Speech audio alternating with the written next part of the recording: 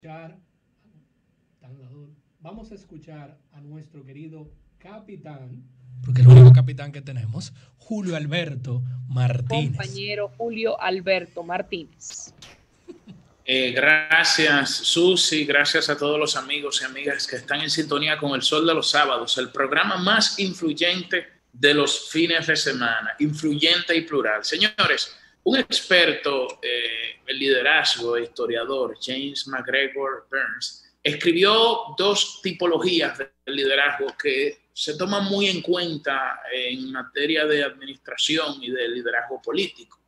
Y él establece dos tipos. Uno es el liderazgo transaccional y otro es el liderazgo transformacional. El liderazgo transaccional se basa básicamente en contextos ordinarios, normales, corrientes, donde los líderes políticos hacen transacciones, hacen acuerdos, aprueban leyes normales y no tienen que tomar ningún tipo de medidas, diríamos, que implique un gran sacrificio en materia económica, en materia política, en materia social para una sociedad.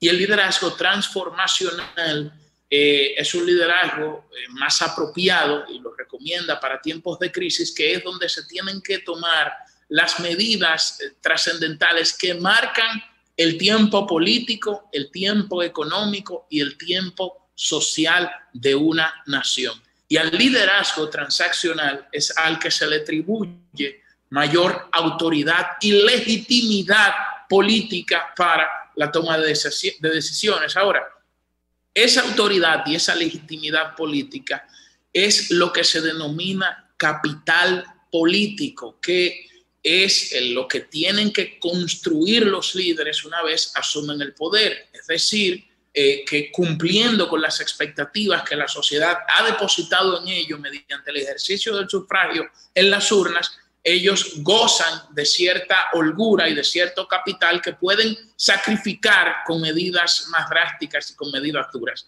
En la República Dominicana vivimos en tiempos de crisis muy aguda. De hecho, esta crisis económica que ha desencadenado la crisis sanitaria del COVID-19 no tiene precedentes cercanos en nuestro país. Estamos hablando que solamente por concepto de recaudaciones el Estado ha dejado de percibir más de 60,000 millones de pesos. Estamos hablando de que en materia económica se espera una contracción de casi un 4% de la economía dominicana. Es decir, el panorama pinta sombrío y en ese escenario habrán de tomarse medidas y sacrificios que impliquen diríamos, y valga la redundancia, sacrificio de todos en el país. Y en ese contexto, para ese contexto es que los gobiernos y los gobernantes, los líderes políticos, acumulan capital político para sacrificar parte de su capital y tomar decisiones que, aunque generen indignaciones colectivas, porque nadie está de acuerdo con que incrementen los impuestos, por ejemplo, pueden sacrificar parte de esa cuota y de ese capital acumulado en aras de lograr las transformaciones estructurales que necesita la sociedad. Y yo creo que lo ocurrido en el día de ayer en el Congreso Nacional a lo que más se asemeja es a una parodia legislativa.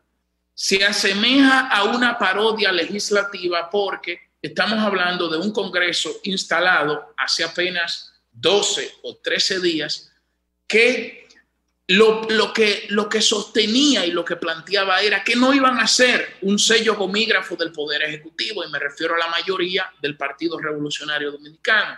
Ellos hablaban en campaña de que no iban a ser un sello gomígrafo del Poder Ejecutivo, que lo que se enviara del Poder Ejecutivo iba a ser revisado de cabo a rabo, porque no van a repetir los vicios y las malas prácticas del Partido de la Liberación Dominicana.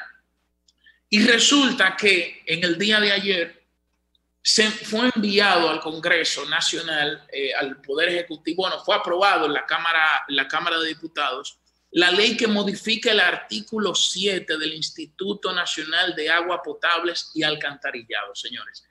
Ese artículo plantea el perfil técnico que requiere el incumbente de esa institución, porque estamos hablando de un sector tan importante para la salud del pueblo dominicano, como el agua, como el sistema de agua potable y alcantarillado.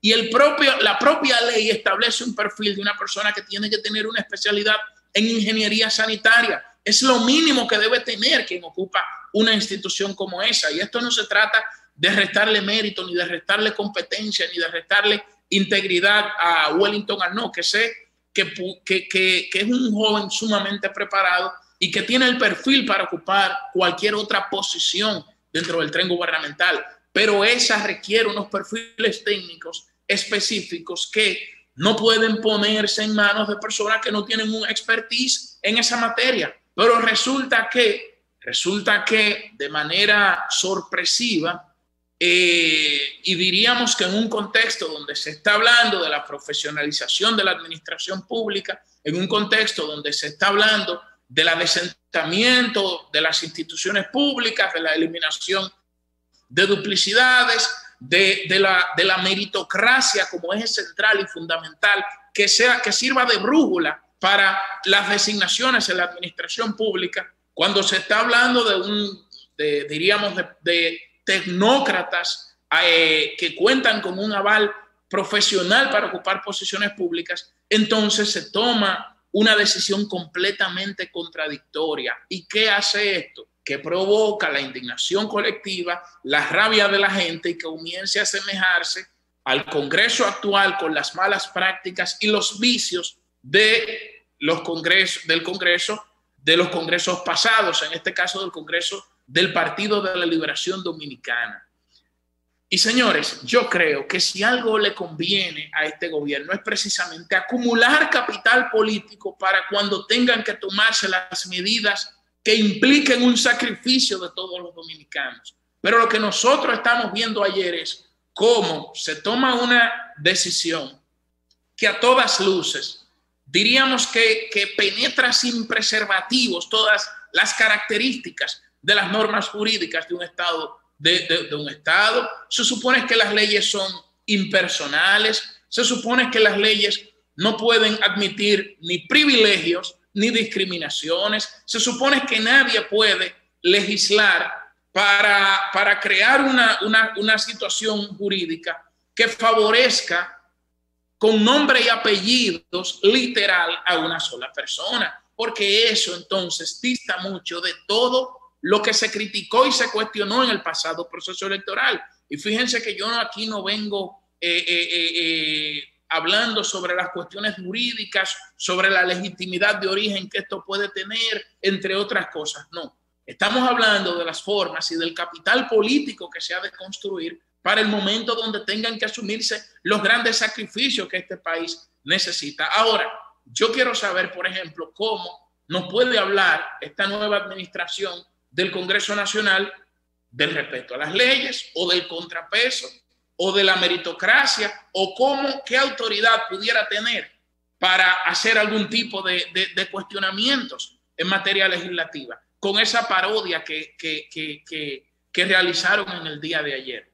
Y yo creo sinceramente que esto no le conviene al nuevo gobierno, no le conviene al presidente Luis Abinader, y que debe observar esa ley en caso de que el Senado de la República apruebe esa iniciativa legislativa. Observe esa ley, presidente, para que su capital político, para que siga construyendo un capital político para los momentos de crisis. Porque si en apenas 12 días las personas continúan con los cuestionamientos que le están haciendo a la nueva administración, yo no me imagino lo que sería este país en un momento de crisis cuando tengamos, por ejemplo, que someter un proyecto de reforma fiscal en medio de una crisis económica, en medio de una crisis social y en medio, por supuesto, de una crisis política. JM. El sol de los sábados, el sol de los sábados. Sol 106.5